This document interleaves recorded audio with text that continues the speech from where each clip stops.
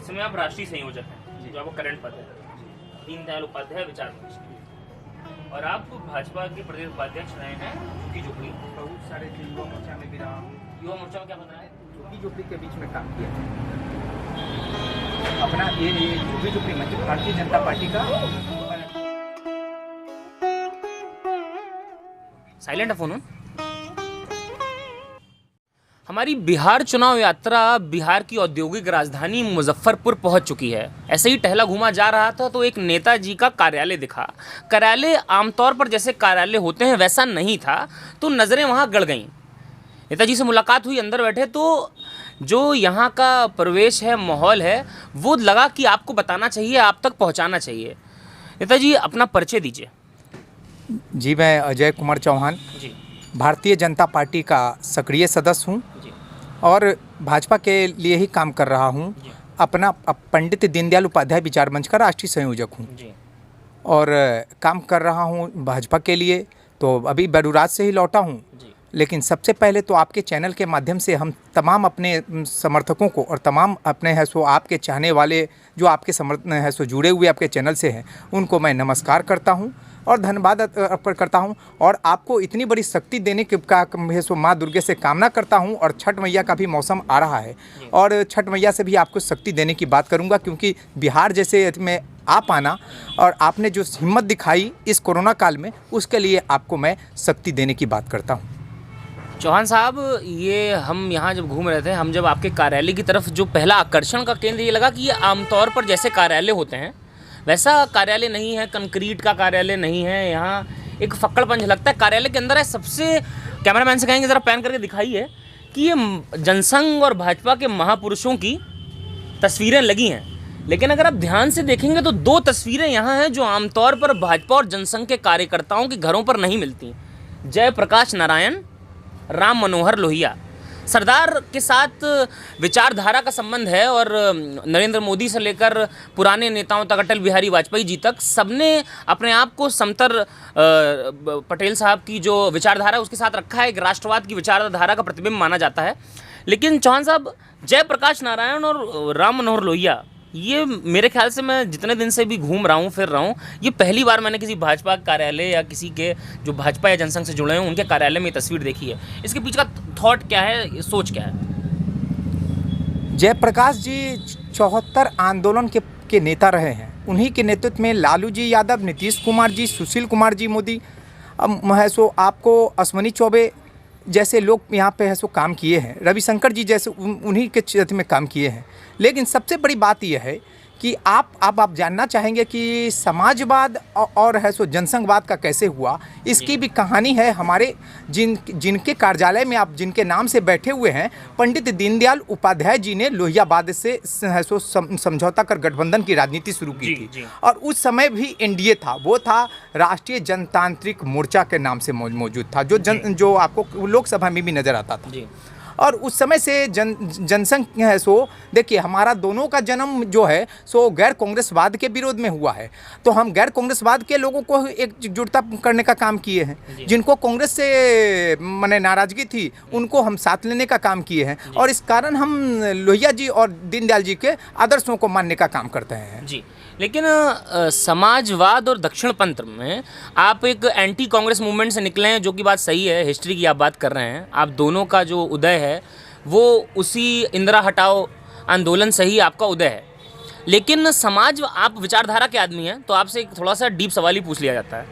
दक्षिणपंथ और समाजवाद में एक गैप है, एक अंतर है, तो ये आपने अपने कार्यालय में ये पुल कैसे बना लिया? आप अपने आप को क्या समझाते हैं जो इन दोनों की फोटो लगा ली है? देखिए, एक घटना है जी। दीनदयाल जी को जनसंघ के सो अधिवेशन का उद्घाटन कराना था जी।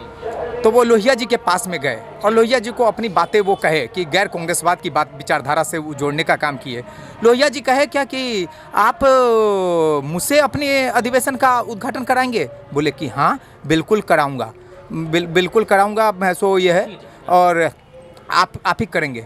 फिर आए लोहिया जी महसूर राष्ट्रीय महाधिवेशन का उद्घाटन किए और इतना स्वागत हुआ कि अभूतपूर्व स्वागत में है। लेकिन फिर लोहिया जी बोले कि सब कुछ तो ठीक है, मगर आप थोड़ा आर्थिक नीति में अपना बदलाव लाइए। जी, वही मेन डिफरेंस है आप दोनों में। हाँ, और आर्थिक नीति के, लेकिन आर्थिक नीति के बदलाव के बाद भी हम लोहिया जी के प्रचार के लिए दीनदयाल जी और दीनदयाल जी के प्रचार के लिए लोहिया जी लगे रहते थे। जी। और इस कारण से हमने दोनों को अपना है सो समर्थक माना हूँ कि लोहिया जी के बिना जनसंघ अधूरा था और जनसंघ के बिना लोहिया जी का समाजवाद अधूरा था। ये दोनों के परिवेश में हम चल रहे हैं। अजय भाई, ठीक है, ये आपने बात कर ली। अब ज़रा मुद्दे पर आते हैं। मुजफ्फरपुर आए हैं चुनाव कवर करने हैं, तो यही जो हमारा जो बात करने का मन ये था कि भाई किसी ऐसे आदमी से बात की जाए जो यहाँ मथा हुआ हो, या जहाँ इसने मुजफ्फरपुर को अपने पैरों से नापा हो। मेरा आपसे सवाल पहला ये है कि मैं अभी लोगों से बात कर रहा था, घूम फिर रहा था, तो आपके जो मुजफ्फरपुर सीट से जो कैंडिडेट हैं सुरेश शर्मा जी, उनके साथ एक एंटी इनकम्बेंसी का एक दिक्कत आ रही है और लोग ये शिकायत कर रहे हैं कि नगर विकास मंत्री होने के बावजूद मुजफ्फरपुर का वो कल्याण नहीं हो पाया जो होना चाहिए था। आप पार्टी के कैडर हैं, आप एक डेडिकेटेड कार्यकर्ता हैं, मैं आपसे कुछ ज़्यादा बहुत उम्मीद तो नहीं करता, लेकिन तब भी एक राजनीतिक और आपका वोट भी, आप वोटर भी हैं, तो उसके होने के नाते आप इस शिकायत को एक पार्टी कैडर होने के नाते कैसे एड्रेस करते हैं? सबसे पहले तमाम मतदाता मालिक हैं, उनको मैं प्रणाम करता हूं और अपील भी आपके माध्यम से करना चाहूँगा कि वो भारतीय जनता पार्टी के लिए वोट दें, क्योंकि केंद्र में नरेंद्र मोदी जरूरी हैं तो यहाँ नीतीश कुमार जरूरी हैं, इसलिए सुरेश शर्मा जी को वोट करें। अब रही बात सुरेश शर्मा जी की बातें कहें, सुरेश शर्मा जी नगर विकास मंत्री थे, लेकिन वो मुजफ्फरपुर के नहीं थे। मुजफ्फरपुर उनका है सो कार्य क्षेत्र था और कार्य क्षेत्र है, लेकिन वो पूरे बिहार के मंत्री थे। अब रही बात कि सेंटर बना करके मुजफ्फरपुर के लिए ही काम किया जाए, ये थोड़ा सा अच्छा नहीं लगता है। एक अंग्रेजी का मुहावरा है, चैरिटी बिगिंस एट होम, दान पुण्य घर से स्टार्ट होता है। तो मतलब आप जहाँ रहते, मतलब मैं आपको किसी ऐसे असमंजस में नहीं डालना चाहता कि आप जवाब ना दे पाएँ, मैं समझता हूँ, मजबूरियाँ समझता हूँ, लेकिन मुजफ्फरपुर का क्या कल्याण हो पाया है? मुजफ्फरपुर में अभी जितना तक कल्याण था, पहले 15 वर्षों का है सो कार्यकाल पूर्व है सो विधायक जी का और इनका कार्यकाल, इन्होंने भरपूर कोशिश की है कि मुजफ्फरपुर में सुधरे। आज स्मार्ट सिटी का हमारा मुजफ्फरपुर सबसे पहले स्मार्ट सिटी में था और स्मार्ट सिटी के लिए लगातार प्रयासरत रहे हैं। देखिए, मुद्दाएं तो उठाते रहते हैं, लेकिन विरोधियों को है सो समझने में नहीं आता है। उनको तो जो अभी आए हैं वो 4.5 साल गायब थे और है सो 6 महीने से उभर करके उनका नाम आ रहा है कि फिर हम हैं, सबको देखा बार बार, उनको देखो फिर इस बार। लेकिन हम नहीं कहते हैं, है सो सुरेश शर्मा को देखा है सो हर बार 2 बार और फिर तीसरा बार इसको मौका दोगे, सारी गलतियों को है सो कर करके वो काम, विकास का काम और तेज़ी से बढ़ाने का काम करेंगे। ठीक है। अरे भाई, हम लोग दिल्ली में काम करते हैं, लेकिन हमारे और आपके बीच एक संबंध है, कनेक्शन है। हम भी कानपुर से आते हैं, कानपुर में हमारा घर है, माँ बाप और परिवार बसा हुआ है। कानपुर और मुजफ्फरपुर में एक रिश्ता ये है कि उत्तर प्रदेश की औद्योगिक राजधानी है कानपुर और बिहार की मुजफ्फरपुर। हम दोनों में एक ये कनेक्शन है कि जो औद्योगिक राजधानियाँ होती हैं वो देखने में अच्छी बिल्कुल नहीं लगती। वहाँ कचरा होता है, वहाँ धुआं होता है, वहाँ पोल्यूशन होता है, लेकिन जो रेवेन्यू जनरेट होता है, इसी से पूरा प्रदेश, इसी से राजधानी चमचमाती है, विधानसभा चमचमाती है। तो as a voter, as a cadre, as a आपकी यहाँ आप रहते हैं इतने सालों से, ठीक है, आपके सिटिंग विधायक हैं, लेकिन आपकी ज़रूरतें क्या हैं, आपके मुद्दे क्या हैं, ब्लंटली बताइएगा, बिना किसी लाव लपेट के, कि अभी भी मुजफ्फरपुर में क्या मुद्दे हैं इस चुनाव? देखिए, मुद्दे पर आधारित तो बहुत सारी बातें हैं जिनको हम कर सकते हैं, लेकिन है सो यहाँ पे जो औद्योगिक क्षेत्र हैं उसमें बढ़ावा अब मिल रहा है। यहाँ पे सब है सो जहाँ पे काम करना है वो मिल रहा है। यहाँ पार्ले की कंपनियाँ भी काम कर रही हैं, A1 कंपनियां, साइकिल भी आ गई है जो काम यहाँ रोज़गार देने के काम कर रही है। ये उनके अथक प्रयास से ही हुआ है। और दूसरी बात ये है कि वो फूड प्रोसेसिंग के लिए भी लगे हुए हैं। यहाँ लीची का बड़ा सा सो बगीचा है, उसके लिए भी फूड प्रोसेसिंग के माध्यम से वो लीची का कराना चाहते हैं। और भी यहाँ पे है कि आपको काम करने का। आपने कहा कानपुर की बात कही ना, कानपुर में 2 चीज़ों का होता है, एक चर्म उद्योग से जुड़ा हुआ है, दूसरा आपका पान मसाला उद्योग से जुड़ा हुआ है, और दोनों के लिए है। तो उसी तरह मुजफ्फरपुर भी जो है सो आम लीची का प्रदेश था। यहाँ पे एक स्थापित करने के लिए हमारे मंत्री जी प्रयासरत हैं कि यहाँ पे चावल का यह कटोरा है और चावल के कटोरा के लिए चंपारण वगैरह से भी संपर्क करें। दूसरी बात है, बौद्ध सर्किट से जोड़ने की बात भी हमारे मंत्री जी उठाते रहे, क्योंकि मुजफ्फरपुर का जो ये है वो वैशाली से जुड़ा हुआ है और पहला है सो आपको गणतंत्र का स्थापना का ये राजधानी भी रहा है, तो इस कारण से वो प्रयासरत रहे हैं, तभी तो केसरिया से लेकर के सबका बौद्ध सर्किट से जोड़ा जा रहा है और विकास भी हो रहा है। जी, यहाँ मार्केट में पीछे बात हो रही थी तो एक आध दो व्यापारियों से बात हुई, व्यापारी कह रहे थे कि अब थोड़ा सा ये देखा कि औद्योगिक रेवेन्यू जनरेट अभी भी मुजफ्फरपुर करता है, लेकिन अब औद्योगिक राजधानी नाम भर का रह गया है। उन्होंने दो चार चीज़ें गिनाई, जैसे कि IDPL बंद हो गया है, जैसे कि रेल फैक्ट्री बंद हो गई है, जैसे कि एयरपोर्ट जो था, ये आरोप लग रहे हैं शर्मा जी पर कि उन्होंने यहाँ से उठा के दरभंगा दे दिया, ऐसा आरोप है। मैंने अभी इसकी सत्यता का प्रमाण मैं अभी देता नहीं हूँ, लेकिन मैंने जनता से बात करी, मैंने पॉलिटिकल किसी आदमी से अभी मैं मुजफ्फरपुर में पहली आप ही से मिला हूँ। तो ये जो तीन बातें हैं, इन पे सिलसिलावार तौर पे अगर आप कुछ बोलना चाहें। देखिए, IDPL, रेल कारखाना और एयरपोर्ट। IDPL शर्मा जी के पहले ही है सो वो IDPL बंद हो चुका था। यहाँ भी है सो चर्मोद्योग का बड़ा अच्छा साधन था। यहाँ टाटा एक्सपोर्ट लिमिटेड, ये सब सारे चीज़ों को रंगदारी के कारण जो बंद हुआ, यहाँ से जो पलायन किए व्यापारी वर्ग, वो व्यापारी वर्ग फिर लौट के नहीं आए, वो फिर चले गए तो अपने चले गए। और IDPL उनके समय बंद नहीं हुआ, वो IDPL पहले से बंद था। अब रेल कारखाने की बात में है तो वो जो जिस आप रेल कारखाने की बात, वो रेल कारखाना नहीं था, वो एक बटलर के नाम से एक है सो बैगन बनाने की का छोटा सा हाथी था उस समय में, बटलर के ज़माने में, और वहाँ से काम होता था। लेकिन वो भी स्थिति उनकी ठीक नहीं, कई बार पैसा वित्तीय उनको मदद किया गया केंद्र सरकार से, तो भी वो संभल नहीं पाए, क्योंकि लोगों के मन में तो चोरी की भावना थी और उसको आप बदल नहीं सकते हैं। सबसे बड़ी बात है कि हम मोदी जी स्वच्छ हैं, तो वो स्वच्छता लाने के लिए पूरी तरह पुरजोर मेहनत कर रहे हैं, और अब इस पर खड़े ना उतरे तो अब जनता को चश्मा देखने की आदत है कि भाई जैसा लगाओगे चश्मा वैसा तुमको दिखेगा, अब देखने की बात है। लेकिन अब तीसरा आपका है एयरपोर्ट के लिए लगातार उन्होंने पुरजोर कोशिश की कि एयरपोर्ट के लिए है सो मुजफ्फरपुर में स्थापित हो, लेकिन वहाँ पे तो फिर है सो कोरोना काल में वैश्वीकरण महामारी में जो है सो वहाँ पे कोविंद का अस्पताल बन गया, तो उसके बाद में है सो योजना यहाँ से दूसरी जगह चली गई। अब झुग्गी झोपड़ी संघ जो है उसके आप उपाध्यक्ष भी रहे हैं, राष्ट्रीय उपाध्यक्ष, ये प्रदेश के उपाध्यक्ष रहे हैं। कोरोना काल में जो झुग्गी झोपड़ी और जो हाशिए पर रहने वाला व्यक्ति है, जो रोज़ कमा के खाता है, उसकी रीढ़ टूट गई, कमर टूट गई।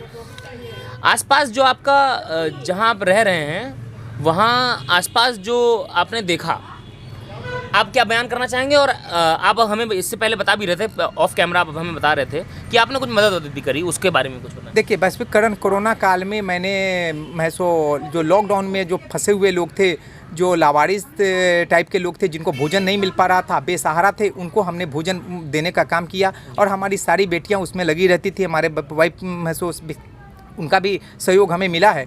और मेरी रीढ़ी मेरी पत्नी है, जब छोटे बच्चे थे तो मैं छोड़ के अयोध्या और तमाम जगह राष्ट्रीय आंदोलनों में जुड़ता था, तो मेरी पत्नी ही सारा काम देखती थी और इस बार भी लॉकडाउन में उन्होंने ही सारा काम संभाला है। मैं तो बस एक सेतु का काम किया हूँ।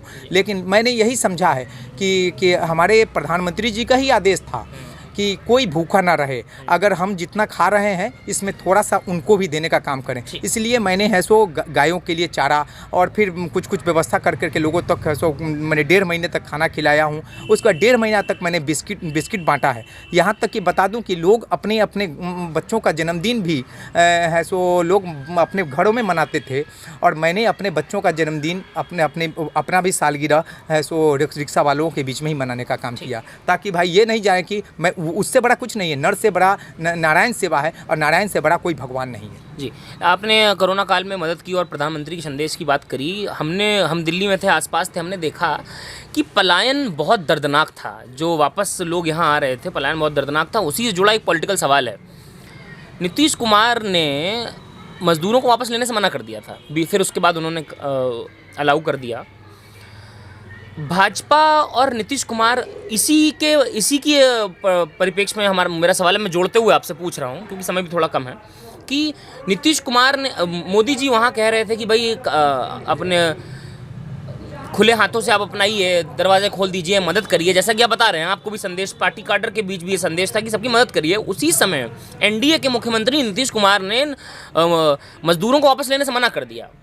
मेरा एक तो ये सवाल है कि भाई एक मुख्यमंत्री के तौर पे आप वो डिसीजन जो उन्होंने करा, वो आपके मुख्यमंत्री हैं, उसको आप कैसे समझते हैं? दूसरी बात, जेडीयू और भाजपा की जो विचारधारा है और जो काम करने का तरीका है, उसमें क्या अब नीतीश कुमार का समय बचा है कि क्या नीतीश कुमार अब भाजपा पर बोझ तो नहीं हो रहे हैं? क्योंकि जो उनकी विचारधारा है भाजपा की और जो नीतीश कुमार जिस तरीके से काम किए इस बार, और खासकर कोरोना काल में, जो कि इस बार मुख्य चुनाव का बहुत बड़ा मुद्दा है, ऐसे में मेरे 200 सवाल हैं, तो आप मेरा सवाल समझ गए होंगे। मुख्यमंत्री जी, हम नीतीश कुमार जी के ही चेहरे पे हम चुनाव लड़ रहे हैं। नहीं, वो तो बेशक है, और हमारा उनसे कोई अनबन नहीं है। जो ये विरोधी लोग हैं सो अनबन की बात उठाते रहते हैं। मैं अनबन की बात नहीं कर रहा हूँ अजय भाई, मैं बात कर रहा हूँ कि मुख्यमंत्री ने मना कर दिया मजदूरों को। आप झुग्गी झोपड़ियों के बीच, गरीब लोगों के बीच रहते हैं, आप मेहनती काडर हैं, मेहनती कार्यकर्ता हैं, आप उस डिसीजन को एक आम इंसान के तौर पर किस तरीके से देखते हैं? देखिए, वो काल था कि पहले आपने 3-4 महीने तक देखा होगा कि कोरोना बिहार में उतना नहीं पहुंचा था जितना पहुंचना चाहिए है। लेकिन लॉकडाउन का वो पूरा तरह है सो निभाना चाहते थे, इसीलिए नहीं है। लेकिन हमारे विपक्ष के लोगों को समझ में नहीं आया और वो बुलाना शुरू किए कि भाई बुलाओ, बस भेज रहे हैं, वो कर रहे हैं, अपनी नौटंकी शुरू कर दिए। मजबूरन में उनको यहाँ बुलाना पड़ा और इतना ग्राफ इतना कोरोना काल का बढ़ गया था कि यहाँ माने कि हर दिन, किसी दिन भी ऐसा नहीं था कि जिस दिन से 150 से नीचे का कोरोना का मरीज मुजफ्फरपुर में नहीं मौजूद रहता था। अगर सही समय पर लॉकडाउन हुआ, ये प्रधानमंत्री जी की सूझबूझ है कि प्रधानमंत्री जी ने सही समय पर लॉकडाउन कर करके आने वाली बीमारी को, बढ़ती हुई बीमारी को रोकने का काम किया और इतना के बाद में रिकवरी में हम सबसे आगे हैं। ये हमारे विदेश तक में लोग जानते हैं, पूरी दुनिया में प्रधानमंत्री जी के इस कार्यक्रम का सराहनीय माना जा रहा है और उनके विचारधारा को मान रहे हैं। ठीक है, तो अब मुख्यमंत्री के बारे में आपकी पॉलिटिकल प्रतिबद्धता है, मैं समझ सकता हूँ। मेरा एक सवाल ये है कि हम जहाँ ये बैठे हुए हैं, इससे 50-100 मीटर दूरी है बालिका गृह कांड, जो कुख्यात कांड है। तो ये बड़ी बेईमानी होगी कि हम आपके कार्यालय बैठे रहें, उसके बारे में बात ना हो। आप लोग यहाँ काफ़ी दिनों से रहते हैं। ब्रजेश ठाकुर को आप यहाँ आसपास देखे हैं, जानते थे? हमारे पड़ोसी हैं जी। ब्रजेश ठाकुर जी को मैं जानता हूँ और ब्रजेश ठाकुर जी एक अखबार से जुड़े हुए थे, इस कारण से मैं उनको जानता था। ठीक है। उनके पिताजी अखबार से जुड़े हुए थे, इस कारण से मैं उनको जानता हूँ। लेकिन अब बालिका गृह वाला जो कांड, इतना बड़ा माने कि शर्मनाक कांड हुआ, जो इस हमारे मोहल्ले की, हमारे मुजफ्फरपुर की माने कि जो हर टीवी चैनलों पर आया, पूरे देश में और ये आया, तो ये बड़ी शर्मनाक घटना है। इसकी जितनी भी निंदा की जाए कम है। आप लोग यहाँ पड़ोसी हैं, कभी ऐसा लगा कि यहाँ कुछ गड़बड़ हो रहा है? कभी शक हुआ? अगर शक होता तो सबसे पहले मैं पहला व्यक्ति होता जो उनके विरोध में मैं खड़ा होता। ठीक है, बड़ी साफ कोई से आप बात कर रहे हैं। अब इंटरव्यू के आखिरी समय पे ख़त्म करते हुए भाई, मैं आपसे बस इतना पूछना चाह रहा हूँ कि डबल इंजन सरकार की बात होती है, नीतीश कुमार और तेजस्वी यादव दोनों मैदान में हैं। सबसे बड़ा मुद्दा है 10 लाख नौकरियों का, और भाजपा ने फिर उसका फेंका 19 लाख नौकरियों का सृजन। मैं बिहार में जब घूमा तो मुझे ये पता चला कि लोगों ने, भाजपा ने भी एक अच्छा वो दिया, लेकिन जो 10 लाख सरकारी नौकरी का एक जो फैक्टर है अजय भाई, वो इस बार एक तरीके से तेजस्वी यादव के लिए ट्रम्प कार्ड हो रहा है, क्योंकि लोगों को लग रहा है कि गारंटी है। सृजन में लोग थोड़ा सा झेप रहे हैं कि उनको लग रहा है कि सृजन मतलब कि रोजगार के अवसर, और उन्होंने 10 लाख सरकारी नौकरियों का वादा किया। तो आपको नहीं लगता, आप क्योंकि ज़मीन से जुड़े कार्यकर्ता हैं, मैं बार बार इस बात को जोड़ता हूं क्योंकि आपको सच्चाई पता होती है ज़मीन की, कि ये कहीं थोड़ी चूक हो गई है एनडीए से? कोई चूक नहीं हुई है जी। 10 लाख लोगों का नौकरी देने का बात है सो हमारे भाई तेजस्वी जी ने कहा है, लेकिन तेजस्वी जी को ये पता नहीं कि कौन विभाग में कितना रोजगार है। लेकिन भारतीय जनता पार्टी के है सो हमारे नेताओं को सब पता है कि कौन विभाग में कितना जगह खाली है। और दूसरी बात है, 19 लाख लोगों को हम रोजगार देने का काम है, इसलिए तो हम रोजगार देने की बात है सो कर रहे हैं। लेकिन तेजस्वी जी दूसरी तरफ उसको घुमा रहे हैं। तेजस्वी जी को ये नहीं समझ में आ रहा है कि इनके पिताजी के ही कार्यकाल में इतना बड़ा घोटाला हुआ जिनके लिए वो जेल में बंद है। और तेजस्वी जी अभी हाल में एक पूर्णिया में घटना घटी जिसमें तेजस्वी जी का नाम आया, और उसके पहले भी आपको 5 साल में अकूत संपत्ति का भी ब्यौरा आपको समाचार पत्रों के माध्यम से और आपके चैनलों के माध्यम से आया, आपने सब देखा है। उस है सो उनकी वो क्या है सो ला सकते हैं रोज़गार देने की बात। रोज़गार देने का यहाँ अगर वो आएंगे तो रोज़गार मिलेगा, ज़रूर मिलेगा। वहाँ मिलेगा कि जब आप 6 बजे के बाद में जब आप घर से निकलेंगे तो आप अपने घरों में सही सुरक्षित लौटेंगे कि नहीं लौटेंगे, इसकी कोई गारंटी नहीं होगी। आप है सो माने कि 6 बजे के बाद आप अगर बाहर रह गए तो आपकी पत्नी, उस समय मोबाइल का ज़माना नहीं था, और फ़ोन से या किसी का माध्यम से पूछा करते कि कहाँ है, कैसे हैं, तो फिर है सो वो वहीं आदमी सो जाता था। महागठबंधन ये इस बारे में ये कह रहा है कि जो नेशनल क्राइम ब्यूरो की जो रिपोर्ट है उसके अनुसार पहले चोरी और डकैती होती थी ज़्यादा, अब मर्डर और रेप होता है। कोई मर्डर और रेप नहीं होता है। ये आपके प्रदेश में मर्डर और रेप ही नहीं होता है। मर्डर और रेप होता है, मगर उतना जितना वो कर रहे हैं वो नहीं, क्योंकि जो ये तो उनको अपना अपना ये है। हम तो मुजफ्फरपुर में लगातार हैं और हमारी बेटियां यहाँ पे हैं। अभी तक तो कोई इन दिनों कोई ना रेप का कोई अति हो रहा है, ना कोई छिनतई का, ना हत्या का कोई, अभी तक तो महीना 1.5 महीना से कुछ नहीं हो रहा है। ये है, और कहेंगे तो वो उनका ही, अरे वो क्यों दिन भूल जाते हैं। जब उनकी बहन की शादी थी तो पूरा का पूरा है सो पटना का नाला रोड से लेकर के बड़ी बड़ी है सो कंपनियां यहाँ से छोड़ के चली गई। वो क्यों दिन भूलते हैं तेजस्वी जी, बताइए। उनका है, मैं नहीं कहता हूँ, गूगल पे आप चेक कर लीजिए और उनके पूरे कहानी का सामने में आएगा बात। वो दिन भूल गए जब वो कहते थे कुर्ते पे, उनके पिताजी कुर्ते पे है सो गंजी पहन कर के आते थे और कहते थे ये हमारी विद्या का फर्क है, सरस्वती का फर्क है, कि जहाँ कहते थे कि मेरा एक कलेक्टर को हम ऊपर बैठा ले लिया, एक उतार रहल बानी। जी जी। तो ये सरस्वती का महत्व है। वो क्या जाने सरस्वती, 9वीं फेल व्यक्ति क्या जाने कि है सो सरस्वती क्या होती है। और आप लोग कहते हैं, मैं तो यही कहता हूँ कि जिसकी जो पढ़ेगा वो बढ़ेगा, और यही हमारे है सो वही काम सृजन होगा। आप हमारे प्रधानमंत्री जी का है सो रोजगार योजना है ना, हर हाथ को काम, हर रोगी को दवाई। आज है सो 11 महीना, फिर 2 महीना का घोषणा किए हैं। 11 महीना से राशन कौन दे रहा है, ईंधन कौन दे रहा है, पैसा जनधन योजना में कौन दे रहा है, प्रधानमंत्री जी दे रहे हैं। हमारे प्रधानमंत्री जी का ये के प्रयास रहा है कि हर लोग जोड़े। और दूसरी बात है, वो डराते हैं 1-2-3 कारणों से, तुम्हारा आरक्षण बंद हो जाएगा। आरक्षण बंद करने की हम बात नहीं करते हैं। वो कहते हैं कि तुमको मुसलमानों को डराने की बात आप कब तक कहोगे, पुरानी बातें कहोगे कि मुसलमानों को डराने का काम। मुसलमान को क्या है सो ये आपको गैस योजना वाला जो है उसमें नहीं मिला है उनको रोजगार। वो मोदी जी कहेंगे कि मुसलमानों को नहीं मिलेगा और हिंदुओं को मिलेगा। उन्होंने कहा कि सबका साथ और सबका विकास की बात कही है और सब लोगों को इसमें कराया है।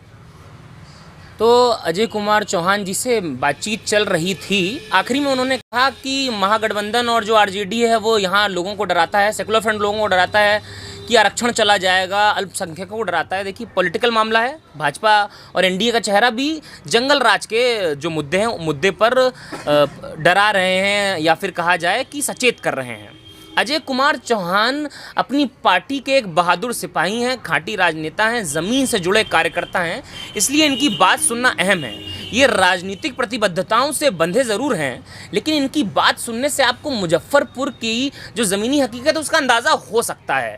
अजय कुमार चौहान से बात करने के बाद हमें ये समझ में आया कि जो यहाँ के मुजफ्फरपुर सीट के जो कैंडिडेट हैं शर्मा जी, उनकी जो एंटी इनकम्बेंसी है वो जैसी बताई जा रही है, पार्टी कार्यकर्ता हैं उस हिसाब से बता रहे हैं। लेकिन इनकी बात सुनना बड़ा अहम है, इनकी इस बात सुनना बड़ा ज़रूरी है, क्योंकि यहीं से जो बीज बोए जाते हैं ज़मीन पर, ऐसे कार्यकर्ता जब बीज बोते हैं तभी भाजपा एनडीए जैसा बड़ा वृक्ष तैयार होता है। मेरा नाम दृष्टांत है, कैमरे के पीछे समर्थ और ऋग्वेदांश हैं। हमारी चुनाव यात्रा पहुंची है बिहार के मुजफ्फरपुर, जो कि औद्योगिक राजधानी है। आगे के लिए भी हमसे जुड़े रहिए, आगे खबरों के लिए जुड़े रहिए। चुनाव यात्रा में लगातार कवरेज जारी है।